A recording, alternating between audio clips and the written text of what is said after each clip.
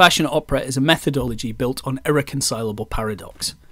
In this, spatial interventionist art forms combine with their temporal autonomous counterparts in a dialogue that reconciles the independence and hierarchical equality of each element with their integration into a logical whole.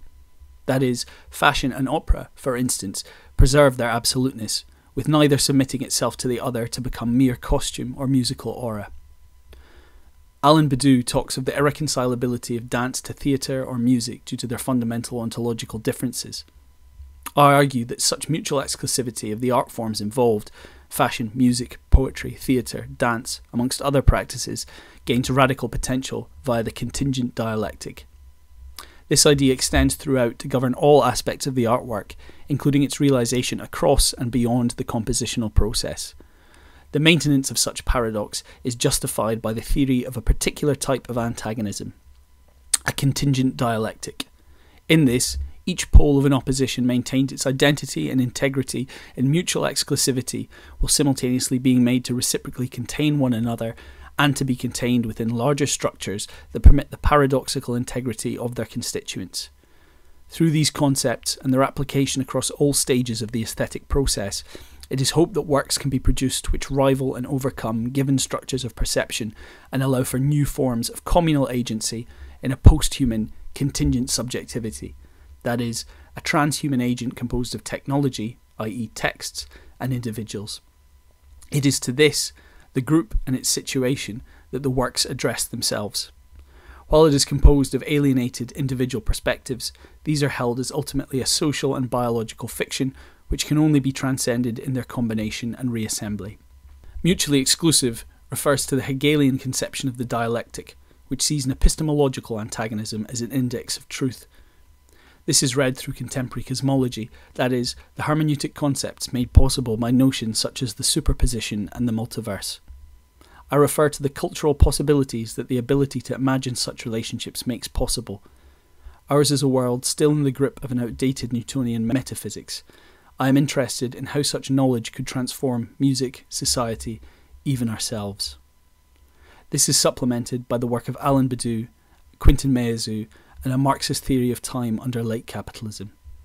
Together, these argue for the material truth of paradox and non-causality as the nature of the external world, and indeed our contemporary socially determined subjective experience. Finally, reciprocal containment refers both to a characteristic of the structures of experience and therefore of certain artworks.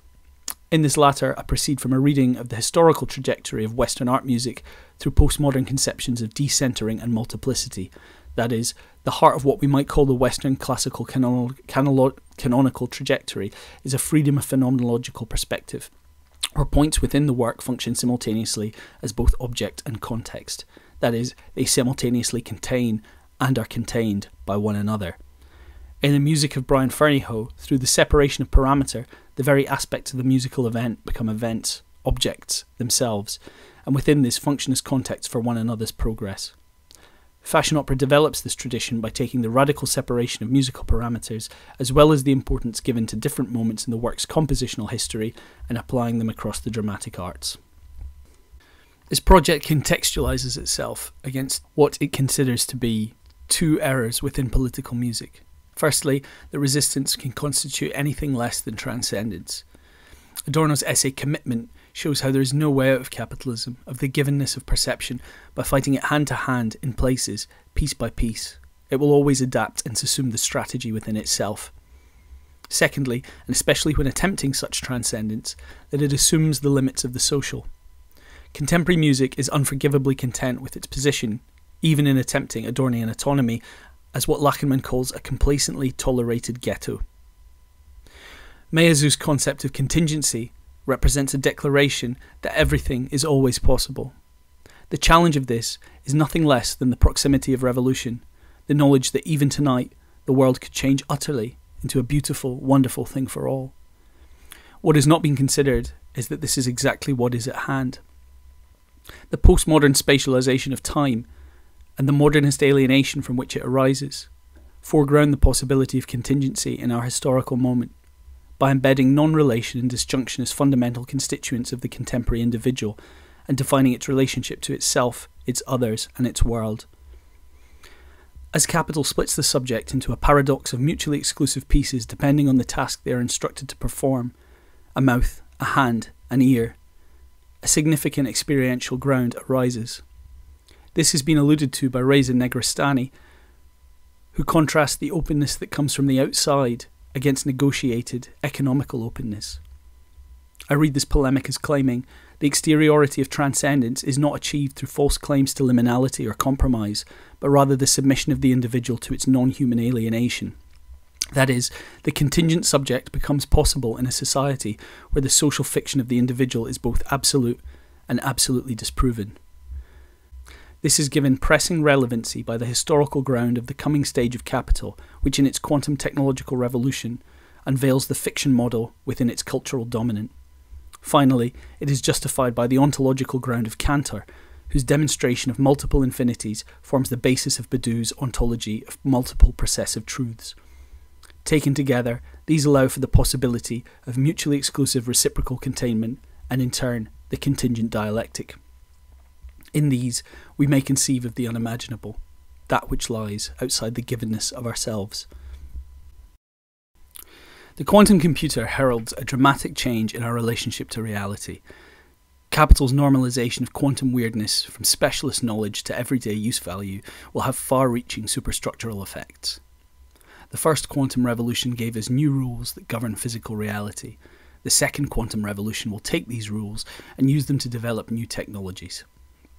To this should be added, those technologies, in turn, will create a revolution in culture and thought via the establishment of their own cultural logic. As subtle, nuanced and reciprocal as we know the base superstructure relationship to be, the vulgar Marxist insight that the modes of production are the ultimate determinants of cultural experience is essential in its austere understanding. For, as technological forces incorporate extra-perceptual transcendence, it allows us to read the stage of capital defined by quantum technology as a moment of great opportunity for reimagining aesthetic form and the limits of the possible. I hold that the nature of this coming epoch demands artists propose a model of how their work intervenes within the structures of experience. Although there are as yet no conclusive descriptions of our universe to satisfy a Marxist aesthetics fully, what there is agreement upon amongst a majority of physicists is that there exists an external physical reality completely independent of us humans. Following Max Tegmark, I accept that this entails the demand for a distinction between the external reality described by recent scientific advances and the consensus reality of evolutionarily determined human perception. The resultant unknowability of that external reality is the nexus of a contradiction between idealism and materialism, and it is through a reformulation of that principle that transcendence can be grounded in revolutionary possibility. K.K. Thekadath responds to quantum physics' problematization of the concept of objective reality by arguing that, rather than returning to idealist notions of unknowability, we should apprehend quantum noumena through the dynamic relational approach of dialectical materialism. T. Jayaraman develops this by further impressing the problems of idealism's answer to quantum science by emphasizing its ideological function as bourgeois philosophy to distort truth and prevent change. However, if we take Tegmark's argument that the unknowability of reality is evolutionarily determined by the practical demands of Darwinian selection, we can reformulate the concept of unknowability as imperceptibility, which figures the limits of our sensual understanding as themselves part of a knowable process. Extending the domain of knowledge as a widespread cultural dominant beyond the realms of the immediate and the individual would be the great prize of the second quantum revolution. And indeed, Thekadath and Jayaraman's insistence that physics adopt dialectical materialism carries as much truth when posited the other way around.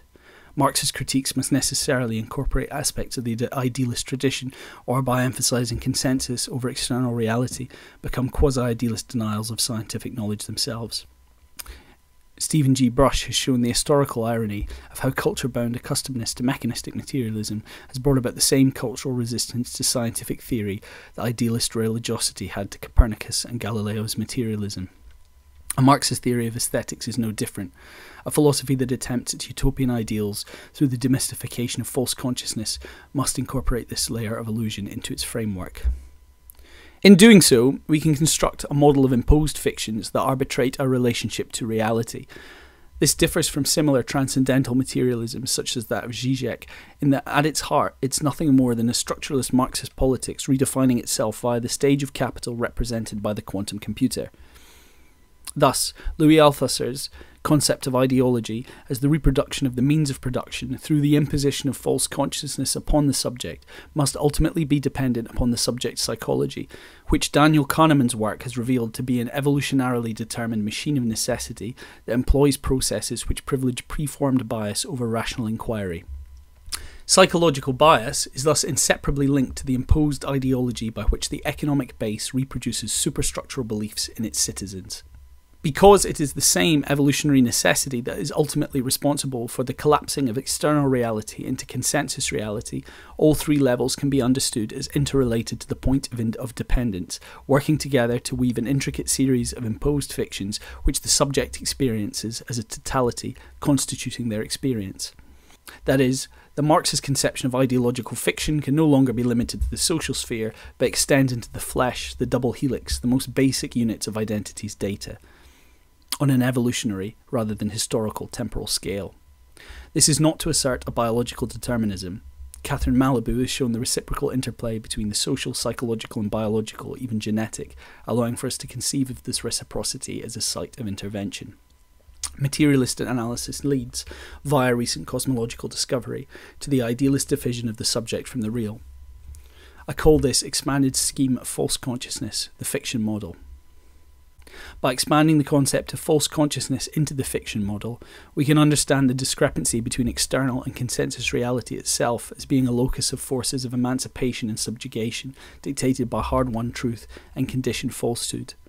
The axiom that there are certain kinds of knowledge which we must at all costs obtain in order to be free thus loses its historical relativity. Nietzsche's understanding that the consequences of the confines of our subjectivity must themselves be surmounted is thus given a new meaning through a Marxist appropriation of a historically reinvigorated Kantianism, where the subject lives not in divided and distinguished worlds, but at the anoretic intersection between the two, where blindness and insight, emancipation and subjection are mutually constitutive. This, the contradiction of the Kantian idealist-materialist split, is the contingency at the heart of the second quantum revolution. The advent of such a moment allows us to collapse both traditions into a theory of the artwork as a political event. Self-actualization, dependent upon knowledge, occurs in the interplay between subject and object, a process which is arbitrated by evolutionary biological and socio-ideological processes, and freed from these by creative practices that resist the passive inheritance of necessity. Art is the most important of these because of its reconciliation of the individual to the social within a practice that is primarily concerned with the subject-object division and relationship, allowing it to engage with the fiction model at every level, from the limits of experience and an awareness of their modalities, through sensation and bias, to reason. The concept of freedom as defined against the fiction model's necessity thus becomes a measurement of revolutionary and aesthetic value. To be clear, this is absolutely not a teleological appeal to the extra-aesthetic, as used by much political art. Rather, the aesthetic and political align in the fiction model's transplantation of the aesthetic into this political sphere, and vice versa. The aesthetic is political. Politics occurs at the level of the aesthetic. Thus, art can be seen as a dialectical process towards the imperceptible that transforms the material world, ourselves included, by rendering the indiscernible immanent, as Badiou so memorably puts it. The all-powerfulness of a truth is merely that of changing what is. So, to present a manifesto of the contingent subject. Defining terms as the individual as that which is imposed by non-human structural necessity, and the subject as that which is freely created in an ongoing process of self-actualization, and a totality as a complete, exclusive and foreclosed situation that can combine mutually exclusive elements, such as other totalities within it. The individual experiences a totality of imposed fictions and is composed of constitutive fictions. The imposed fictions are a negation of reality and combine into a series of totalities through the establishment of rigorous immanent structure that incorporates their contradictory elements. Art is a fiction, when operating under the same mechanics, may function as a negation of those very fictions. A structurally cohesive and immanently complete artwork that contains and justifies its own contradictions can function as an aesthetic totality, beyond and out with the social totality in which non-conditioned encounters can take place. Such art operates as a negation of the imposed fiction's negation of reality, to reveal the positive content of that negation, thereby moving us to the limits of our phenomenal experience. Freedom, and therefore subjectivity, is possible through the restructuring of the structures that create us as unfree. Transcendental intersubjectivity here gains new life as the imposed fiction's filtration of external reality into constitutive fictions. Communities of observers share different elements of consensus reality and ideological interpolation, while at the same time being constructed as absolutely separate from one another by that same biological construction and historically determined social conditioning. In the artwork, we gain the possibility of transcendental community in our constitutive fictions being engaged and overcome. The artwork of the future is that in which the subject is reassembled by being incorporated into a community of meaning creation, from individual to constituent of a machine that reveals the arbitrary nature of imposed individuality. That is, an aesthetic totality can function as a social totality by recombining mutually exclusive wholes, human and aesthetic, within it. Structural immanence gives this meaning. This immanence can organise information too great to be apprehended by a single consciousness and allow it to contain structural breaks and arbitrary elements as fundamental constituents of truth. Functioning in this way, the aesthetic totality can incorporate individuals perceiving it within its structure as fundamentally necessary for its meaning production and therefore integral to form. Combining mutually exclusive individuals outside of the social totality creates the possibility for a new form of subjectivity, an intersection of technology, i.e. texts, and individuals, what will be termed the contingent subject, a transsubjective agent assembled from multiple semiotic and psychological structures through aesthetic procedures. Negation of imposed fiction occurs simultaneously in the assembly of individuals into a transsubjective agent. Truth and community are, as processes, indistinguishable. Fashion opera is an attempt to make these ideas work in practice, in form, structure, pitch and rhythmic material, poetic language, narrative, characterization, and collaborative theatrical practice. To look at this in greater detail, I'm going to explore elements from our opera robe. At the core of the work structure is a set of relationships that emphasise the antagonisms implied by my above statement, between the one and the many, between plurality and immanence, between structure and contingency, between temporality and spatialization. Robe puts this tradition to work on questions regarding the implications of AI and virtual reality, exploring the ideas outlined above regarding how multiple realities are layered upon one another to produce a composite of jostling stimuli, and how collaboration and community can perhaps create, by combining individuals through the ancient technology of artworks, a form of artificial superintelligence. Such questions evoke the dialectic between the human and the non-human at the work's contentious and philosophical core, where, in questions of performability, biological limits collide with the demands of structural processes. These latter are the heart of the work's claim to realising its ambitions. It maintains that by rivalling the nature of the structures of imposed fictions, it can negate them as part of the creation of what was termed earlier as the contingent subject. In this way, it takes the only 8-12 all-interval mirror chords, those which contain a tritone at their centre, and repeat their intervals in inversion on either side, either as perfect retrogrades or perfect repeats. Synchronically, these imply a single structure in motion, in that they map an emergence of structure from the chromatic scale to its partial inversion that gives the all-interval chromatic pitch wedge with its intervals in an inverted retrograde, to these, the all-interval mirror chords, with their intervals in repeat and retrograde. Diachronically, they give a plurality of perspectives on a single object. They thus simultaneously suggest unreconciled plurality and fundamental unity. One way of mapping them would be as such. These chords generate three opposing structures, namely a matrix of chords derived from Bayesian multiplication, as well as a related matrix of the same chords polychordally stacked, intervallically defined Cartesian character rows and their derivations, and polychords and their constituent triads and tonal associations. For instance, A#1' transposed to C contains a polychord of F minor, A major, which gives a negative or remainder of 8-11, 8-8-11, which can be extended into an intervallically characteristic row. All of these, in turn, transform into one another, in that each mirror chord contains a polychord and intervallically defined row, Each intervallically defined row contains one of the multiplication matrix's domain tetrachords. The domain tetrachords imply polychords. Furthermore, the primary multiplication structure may transform into the derived chords from the intervallically defined rows and into polychords through the polychordal stacking or addition of its domain tetrachords. Thus, the structure itself is an object in motion, defined by opposition, negativity and contingency, but also logic, meaning and lines of relation, that is, by mutual exclusivity and reciprocal containment. These three structures are not merely ways of organising and generating pitch, but imply three fundamentally opposed, that is, exclusive, understandings of the phenomenology of music, which nevertheless may be composed of, that is, contain one another. Intervallic technique sees pitch as an edge used to define a space, a procedure in which the listener's apprehension is paramount. Multiplication sees it as a point, a material object that exists out with human perception. Tonally based triadic groupings imply a historical tradition which sees them as components of a functional system, like a grammar. By interweaving not only these techniques, but the ideologies and interpretive mechanisms they imply, and thus affecting various levels of establishment, dissolution and combination, the work gains what I believe to be a considerably effective tool in its creation of structures that rival those of imposed social, psychological and biological fiction.